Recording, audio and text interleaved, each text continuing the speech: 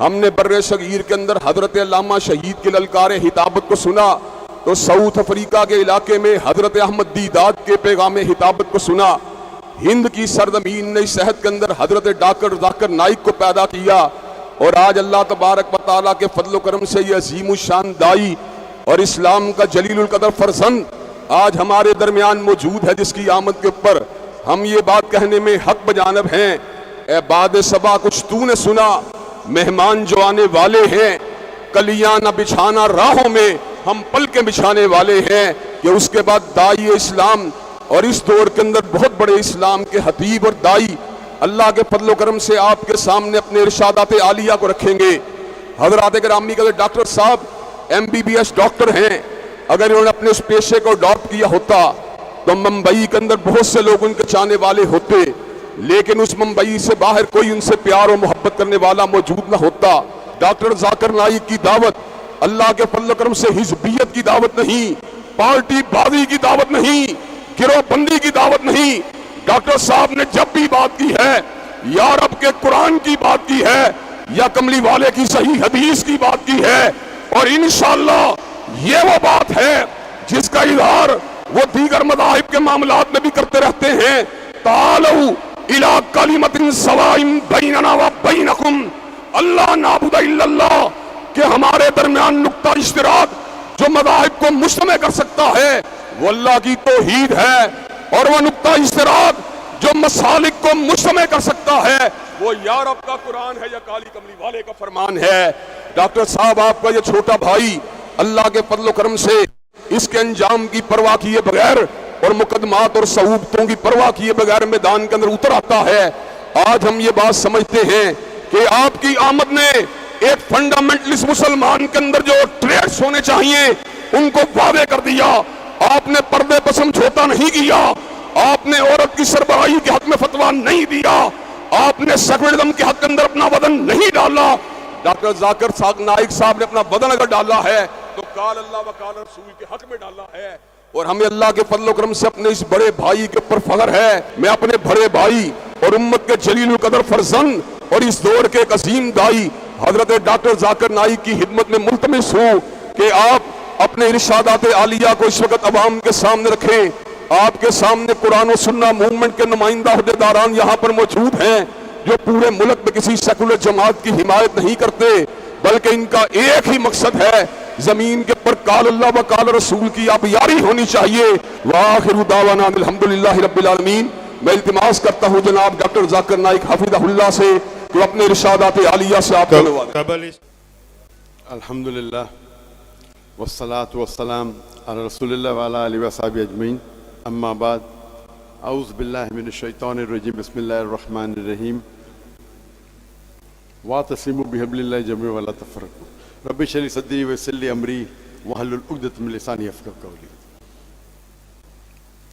میرے محترم مشائخ، میرے محترم بزرگوں اور میرے عزیز بھائیوں، السلام علیکم ورحمۃ اللہ وبرکاتہ. مجھے 2 ہفتوں سے بہت خوشی ہو رہی ہے جب سے میں پاکستان کی سرزمین پہ قدم رکھا ہوں، اور میں جب پاکستانیوں سے ملتا تھا پاکستان کے باہر اکثر، اور شیخ ابتسام الہی ظہیر صاحب سے بھی ملا جیسے انہوں نے کہا 2012 میں، اور کئی پاکستانیوں سے ملا، دبئی میں، سعودی میں، کویت میں، UK میں. الحمدللہ ان کی محبت مجھے کافی متاثر کی، اور میرے ذہن میں ایک تصور تھا کہ میں جب پاکستان آؤں گا تو مجھے محبت ملیں گی. لیکن جب میں یہاں آیا تو جو میرا تصور تھا وہ صحیح نہیں نکلا. مجھے جو تصور تھا اس سے 10 گنا زیادہ محبت ملی. الحمدللہ.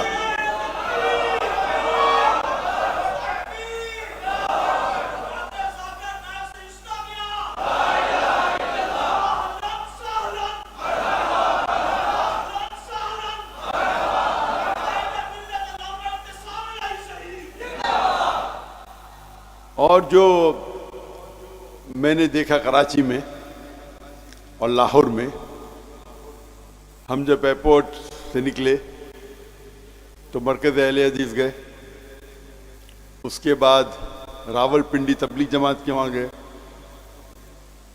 مولانا طاری جمیل کے وہاں گئے، آج ہم ڈاکٹر اسرار احمد کی تنظیم میں گئے، جامعہ اشرفیہ گئے، اور اب یہاں آ رہے، اور بیچ میں لیک ویو کی مسجد گئے، اور جو محبت دیکھا جو اکثر ہندوستان اور پاکستان میں ایسا نہیں ہوتا کہ دیگر آرگنائزیشن کے، دیگر مسلک کے سب لوگ محبت کرتے ہیں۔ اگر میرے گھر والے میری تعریف کیے تو کیا بڑی بات، جب باہر والے تعریف کی یہ بڑی بات۔ تو وہ جو چیز میں دیکھا کراچی میں اور لاہور میں، اگر میں توحید کی بات کر رہا ہوں توحید والوں کے بیچ، تو کیا بڑی بات، 19-20 کا فرق۔ جب توحید کی بات کر رہا ہوں توحید نہیں ماننے والوں اور وہ مانے، یہ ھذا من فضل ربی۔ اور یہ میں نے احساس کیا اللہ کے فضل سے ہندوستان میں، کیونکہ میرے والد جو کوکنی تھے وہ شافی تھے، لیکن ان کا شوق تھا کہ جتنے مسلک ہیں ان کے علماء کے ساتھ مل جل کے رہے۔ تو میرے گھر پہ کئی قسم کے علماء آتے تھے، شافی، حنفی، مجاہد القاسمی صاحب، مولانا علی میاں ندوی، مولانا مختار ندوی جو اہل حدیث کے امیر ہیں، ندوہ کے امیر ہیں۔ تو میرا اٹھنا بیٹھنا تھا، پہلے بچہ تھا، میں چھوٹا تھا تو کم مل حاصل کرتا تھا۔ پھر الحمدللہ پھر میں سعودی گیا، بڑے بڑے علماء سے ملاقات کی، شیخ عبدالعزیز فریفی، شیخ سعد ناصر شیطری، شیخ محمد صالح منجد، کئی علماء، شیخ سعود الشریم۔ تو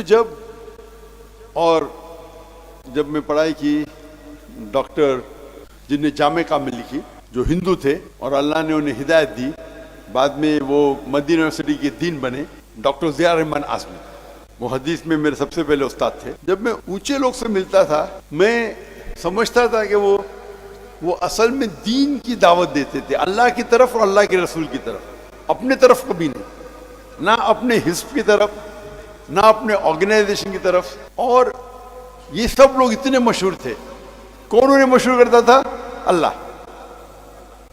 ہم کیا سمجھتے اکثر انسان، میں میری طرف دعوت دوں گا تو فیمس ہوں گا، یہ ہماری غلط فہمی ہے، شاید کچھ وقت کے لیے ہو سکتے، لیکن اگر آپ اللہ اور اللہ کے رسول کی طرف دعوت دیں گے تو اللہ اور اللہ لوگوں کے دل میں آپ کی محبت ڈالیں گے، اور یہ جو محبت ہے وہ آپ اس کو کما ہی نہیں سکتے۔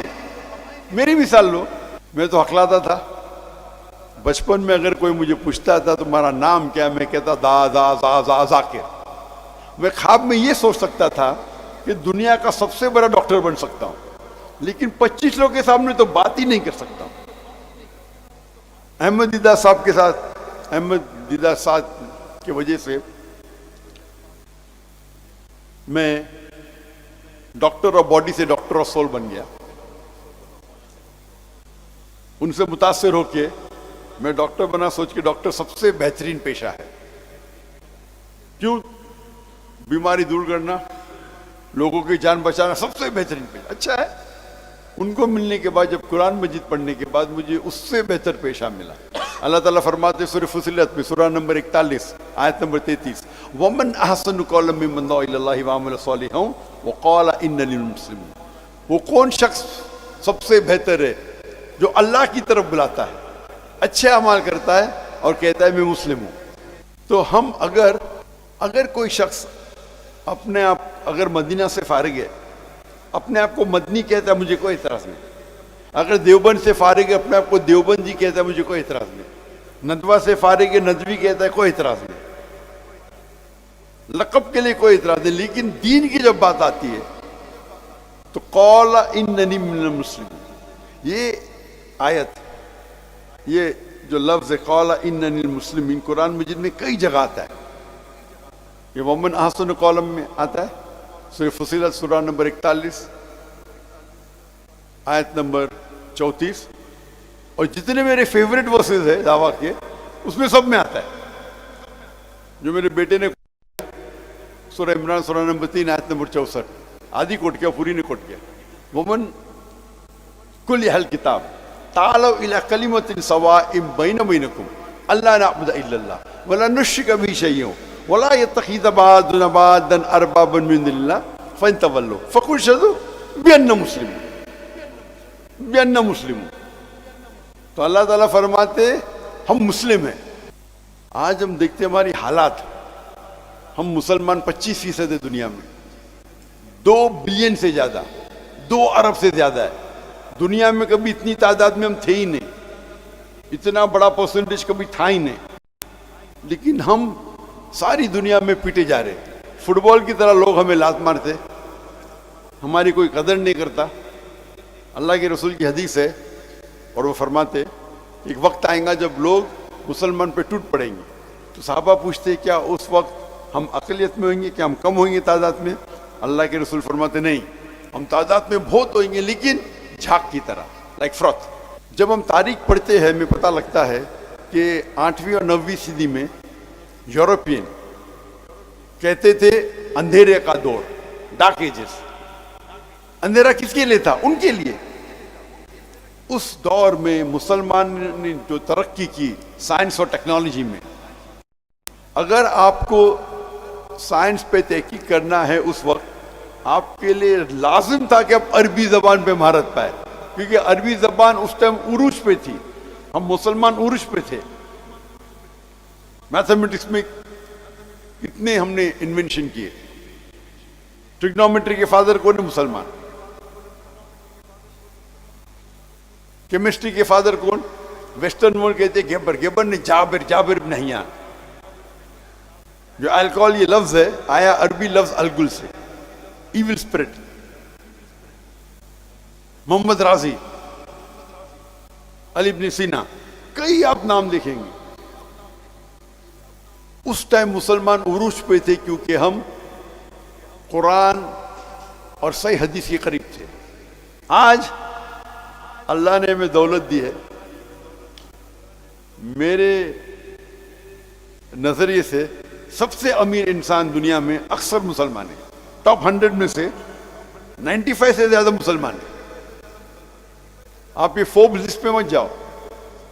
یہ فوربس لسٹ میں Elon Musk $220 billion, Jeff Bezos $160 billion, Bill Gates, یہ سب لسٹڈ کمپنی ہے.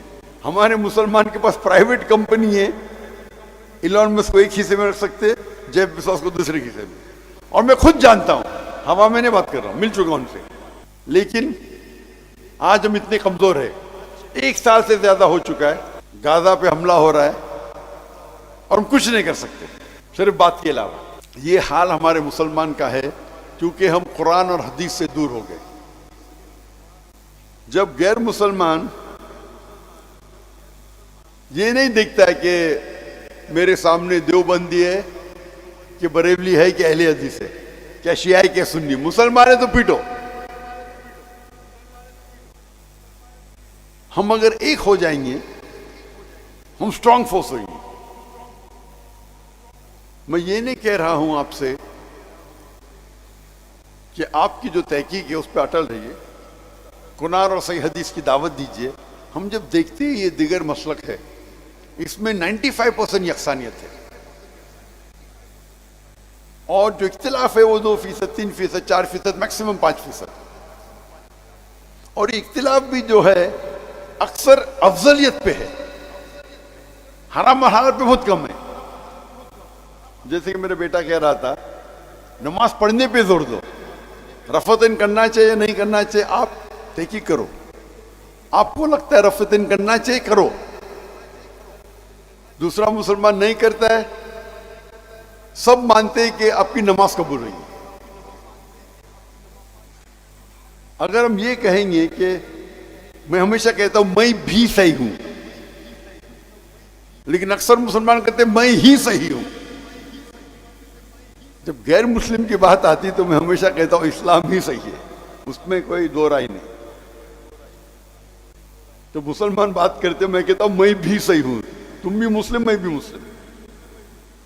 اختلاف ہے افضل کیا چیز ہے, اور افضل کے لیے اگر فتنہ پیدا کریں گے تو قرآن میں لکھا ہے فتنہ قتل سے زیادہ خراب ہے, گناہ کبیرہ. ہاں کہ نہیں؟ تو جو افضلیت پہ میں کبھی بھی نہیں کہتا کمپرومائز کرو. میں تو الحمدللہ, آپ اکثر لوگ مجھے جانتے نہیں ہوئیں گے, جہاں تک کہ دین کا مسئلہ میں کمپرومائز کرتا ہی نہیں ہوں. چاہے منسٹر ہو, کوئی بھی ہو, پرائم منسٹر, پریزیڈنٹ, میں دین کے معاملے میں مستقبل کے لیے بھی کمپرومائز نہیں کروں گا. وہ میرا عمل ہے. آپ دیکھتے ہیں کہ میں ٹائی شرٹ, ٹائی کوٹ پہنتا ہوں, مجھے پسند نہیں. میں پہنتا ہوں کہ غیر مسلمان متاثر ہوتے, اور اسلام میں اس کی اجازت ہے, مستحب نہیں ہے, اجازت ہے. کچھ لوگ سمجھتے ہیں کہ ٹائی صلیب کی نشانی ہے, کدھر بھی بائبل میں نہیں لکھا ہے صلیب پہننا حرام ہے. یہ غلط فہمی ہے کچھ مسلمانوں کی. میں پہنتا ہوں تو کہ غیر مسلم متاثر ہو, ارے کون ہے جوکر, ٹائی پہنا ہے, ٹوپی پہنا ہے, لیکن میرے ٹھکنے کے اوپر ہے میرے ٹراؤزر. اس میں اختلاف ہے, کون کہتا ہے مستحب ہے, کوئی کہتا ہے فرض ہے. میں مانتا ہوں امام الذہبی میں کہ یہ گناہ کبیرہ ہے ٹھکنے کے نیچے پیر رکھنا. میں سمجھتا ہوں, اور میں اتنا شدت پسند ہوں اس میں, فنڈامنٹلسٹ کا فنڈامنٹلسٹ. ہر سٹاف کے لیے فرض ہے. اگر آپ میرے ادارے میں نوکری کریں گے, آپ سے لکھ کے لوں گا داڑھی رکھنا کمپلسری, سر ڈھانکنا فرض ہے. میرے ادارے میں ڈریس کوڈ ہے, ٹھکنے کے اوپر پہننا پڑے گا. آپ اس کو سنت مانو, فرض مانو. 5 ٹائم نماز پڑھنا ہی چاہیے جماعت کے ساتھ, مسجد میں لکھ کے لیتا ہوں. بائی لا الاؤڈ نہیں ہمارے کنٹری میں, پھر بھی لکھ کے لیتا تھا میں, بلیک اینڈ وائٹ میں. میرا ادارہ ہے, میرے ادارے میں ڈریس کوڈ ٹائی کوٹ نہیں ہے. میں تو کبھی آفس میں آتا ہی نہیں ٹائی کوٹ کے ساتھ, کبھی لیکچر سے آ گیا وہ الگ بات. تو لوگ کو اللہ اور اللہ کے رسول کی طرف دعوت دو, اور آپ دیکھیں گے کہ اللہ تعالیٰ لوگوں کے دل میں آپ کی محبت ڈالے. آپ اللہ کے لیے کرو, خلوص اللہ کے لیے, اور آپ دیکھیں گے اللہ سبحانہ و تعالیٰ آپ کے کام میں مقبولیت پیدا کرتے. تو میرا صرف یہ پیغام تھا. اور میں یہ ٹرپ میں جو میں دیکھا الحمدللہ, جو عام طور پہ ہندوستان پاکستان میں نظر نہیں آتا, کہ لوگ اتنی محبت کرتے تھے مجھ سے. نہ کہ میں ڈاکٹر ذاکر نائک ہوں, ڈاکٹر ذاکر نائک کی کوئی اوقات ہی نہیں ہے, زیرو. اسلام میں ڈاکٹر ذاکر نائک زیرو. لیکن کیونکہ میں اللہ اور اللہ کے رسول کی بات کرتا ہوں اور حوالے کے ساتھ بات کرتا ہوں, تو یہ بڑپن یہ ہے کہ جو چھوٹی سی اختلاف بھی ہو تھی, جو لوگ نے بڑپن کر کے میرا استقبال کیا, وہ اختلاف کا ذکر نہیں کیا, یہ بڑپن ہے. اور پاکستان ایک واحد ملک ہے جو اسلام کے نام پہ الگ ہوا. اللہ نے یہ آپ کو آنر دیا ہے, عزت دی ہے, لیکن کبھی بھی عزت ہے اس کے ساتھ ذمہ داری لازم. کوئی بھی عزت آپ کو نہیں ملے گی ذمہ داری بنا. تو اگر اللہ تعالیٰ نے اتنی عزت آپ کو دی, آپ کے ملک کو, ایک واحد ملک کے ساری دنیا میں جو اسلام کے نام پہ الگ ہوا, لوگ آپ کی طرف دیکھ رہے ہیں, یہ کون سا ملک ہے جو اسلام کے لیے الگ ہوا, کیسا برتاؤ کر رہے ہیں لوگ. تمہارا فرض ہے کہ ہم دنیا کے لیے ایک مثال بنے قرآن اور صحیح حدیث کی. انشاءاللہ امید ہے کہ اللہ تعالیٰ سے جب ہم قرآن مجید پڑھتے ہیں, جو حالات ہم مسلمان کی دیکھ رہے ہیں, ہم سب جگہ پٹے جا رہے ہیں, لیکن کہتے نا there is a light at the end of the tunnel, روشنی ہے. اللہ تعالیٰ قرآن مجید میں 3 جگہ فرماتے ہیں. سورہ توبہ سورہ نمبر 9 آیت نمبر 33, سورہ فتح سورہ نمبر 48 آیت نمبر 28, اور سورہ صف سورہ نمبر 61 آیت نمبر 9. ومن فرماتے کہ هو الذي ارسل رسوله بالهدى والدين الحق ليظهره على الدين كله, کہ اللہ نے اپنے آخری پیغمبر محمد صلی اللہ علیہ وسلم کو بھیجا دین الحق کے ساتھ، تاکہ وہ سارے دیگر مذاہب پہ غالب ہو، چاہے وہ جوڈائزم ہو، کرسچینزم ہو، ہندوازم ہو، سیکولرزم ہو، ایتھیزم ہو، اسلام سارے پہ غالب ہوں گا۔ اور دو جگہ لکھا ہے وقفہ باللہ شہیدہ، ایک جگہ وقفہ باللہ شہیدہ کہ اللہ شہادت کے لیے کافی ہے، اور دو جگہ لکھا ہے وَلَوْ قَلِيلٌ الْمُشْرِكُونَ کہ کتنا بھی مشرک نہ چاہے تو۔